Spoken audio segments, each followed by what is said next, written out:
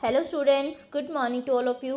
कल हम market segmentation के बारे में बात कर रहे थे। हमने डिस्कस किया था कि मार्केट सेगमेंटेशन टर्म कहाँ से आई, मार्केट सेगमेंटेशन टर्म होती क्या है, और उसके बाद हमने बात की थी कि ऑर्गेनाइजेशन जो मार्केट सेगमेंटेशन को यूज़ करती है उसे कौन कौन सी कॉस्ट जो है इनकर करनी पड़ती है और कौन से बेनिफिट जो है वो उससे रियलाइज़ करती है। आज हम बात करेंगे कि बेसिस क्या है मार्केट सेगमेंटेशन के, यानी किन किन चीज़ों को बेस बना के ऑर्गेनाइजेशन क्या करती है, मार्केट सेगमेंटेशन करती है, यानी किन आधारों पर वो अपने मार्केट सेगमेंटेशन को करती है। इस बात को हम आज डिस्कस करेंगे।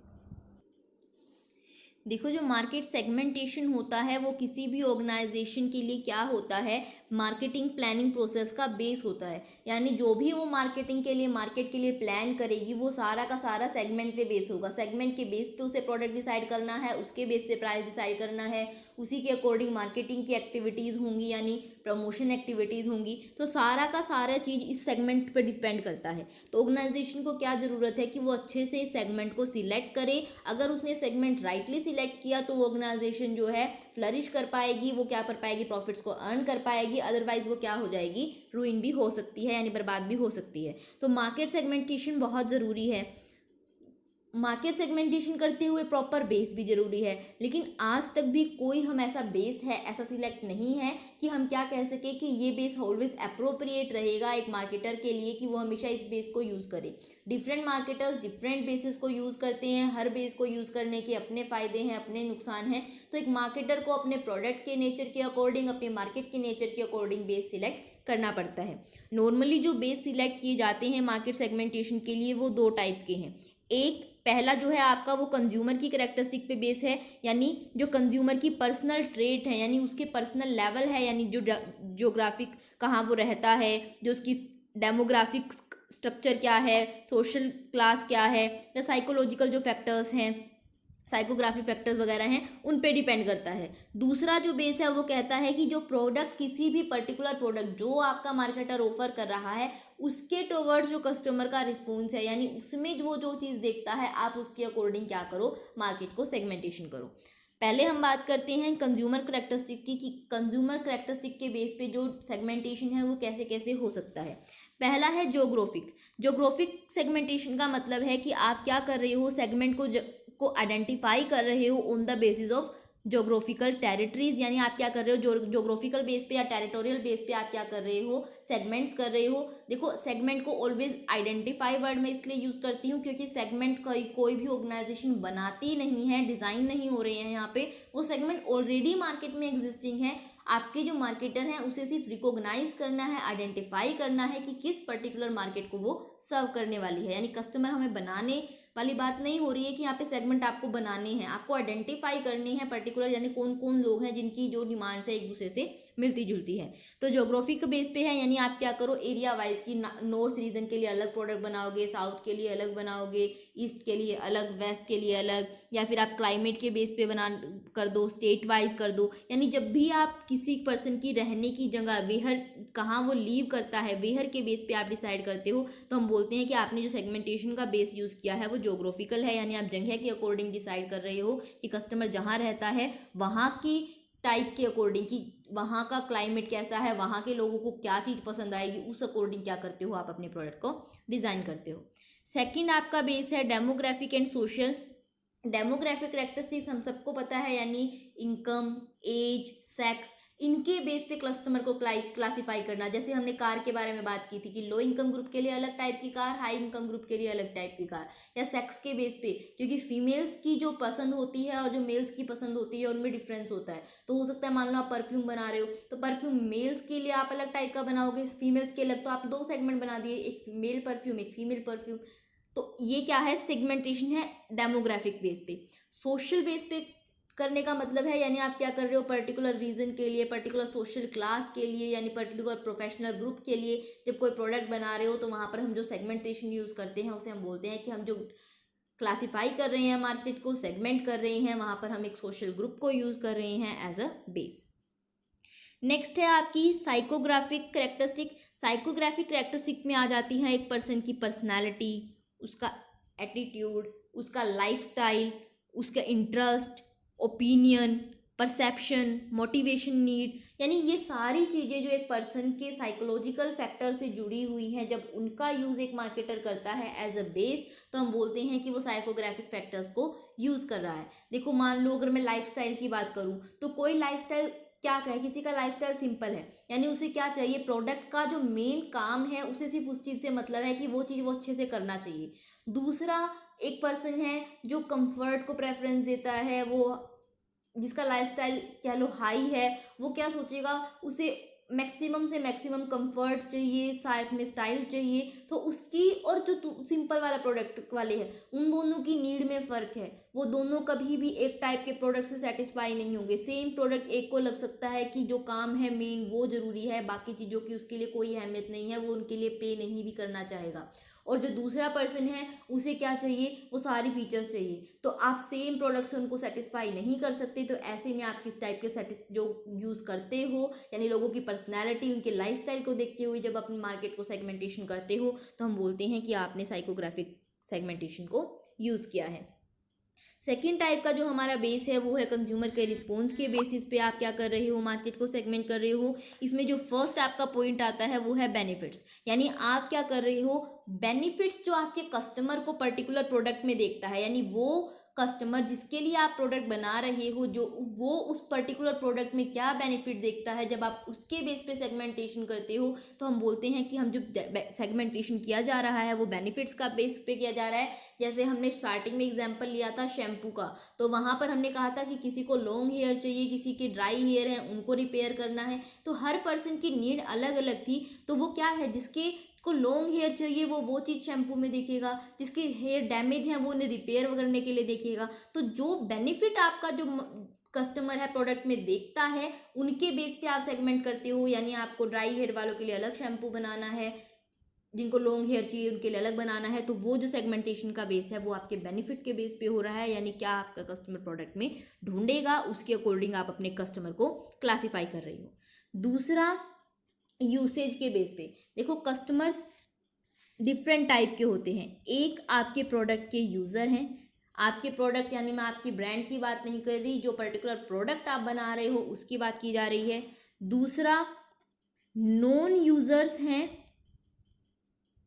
बट फ्यूचर पोटेंशियल कस्टमर हो सकते हैं, यानी उन्हें अभी तक आपको प्रोडक्ट की बहुत ज़्यादा नीड फील नहीं हुई, या फिर वो क्या है इग्नोर हुए हैं, अब तक उन्होंने ध्यान नहीं दिया है, इसलिए वो खरीद नहीं रहे हैं, बट वो पोटेंशियल कस्टमर बन सकते हैं।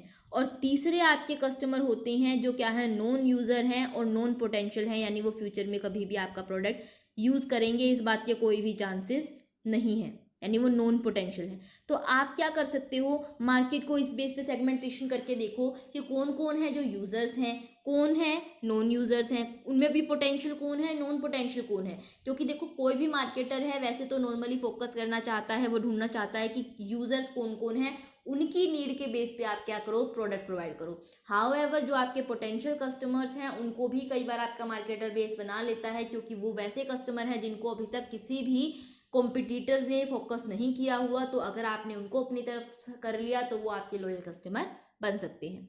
थर्ड आपका जो बेस है वो है लॉयलिटी, यानी आप जो कस्टमर की लॉयलिटी है, यानी लॉयलिटी क्या होती है कि आपके ब्रांड के प्रति वो कितना लॉयल है, यानी कितना प्रेफरेंस देता है आपके प्रोडक्ट को, वो आपकी प्रोडक्ट की लॉयलिटी होती है। तो कई बार आप क्या कर लेता है आपका मार्केटर, वो ये देखता है कि जो पर्टिकुलर, वो क्या कर देता है सबसे पहले ये पता लगाता है कि जिस टाइप का प्रोडक्ट वो बनाने की सोच रहा है उसमें कौन कौन से कस्टमर हैं जो पर्टिकुलर लॉयल हैं, जो अपने जो जिसके प्रोडक्ट को वो यूज़ कर रहे हैं वो छोड़ेंगे ही नहीं, और कौन से कैप्टिव बायर्स हैं, यानी जिनको आप क्या कर सकते हो, सॉरी कैप्टिव बायर तो आपके लॉयल बायर्स ही होते हैं, कौन से नॉन कैप्टिव बायर्स हैं जिनको आप क्या कर सकते हो, अपनी तरफ खींच सकते हो। फिर आप क्या करते हो, उन बायर्स को पहचानने के बाद जो अब तक किसी के लॉयल नहीं है, या फिर लॉयल जिनको आप अपनी तरफ कर सकते हो, लॉयल है भी है तो आप उनके बेस पे फिर आगे क्या करते हो, जो दूसरे क्लासिफिकेशन के हमने बेस यूज़ किए हैं उनके बेस पे आप क्या कर लेते हो, कस्टमर को क्लासीफाई कर लेते हो।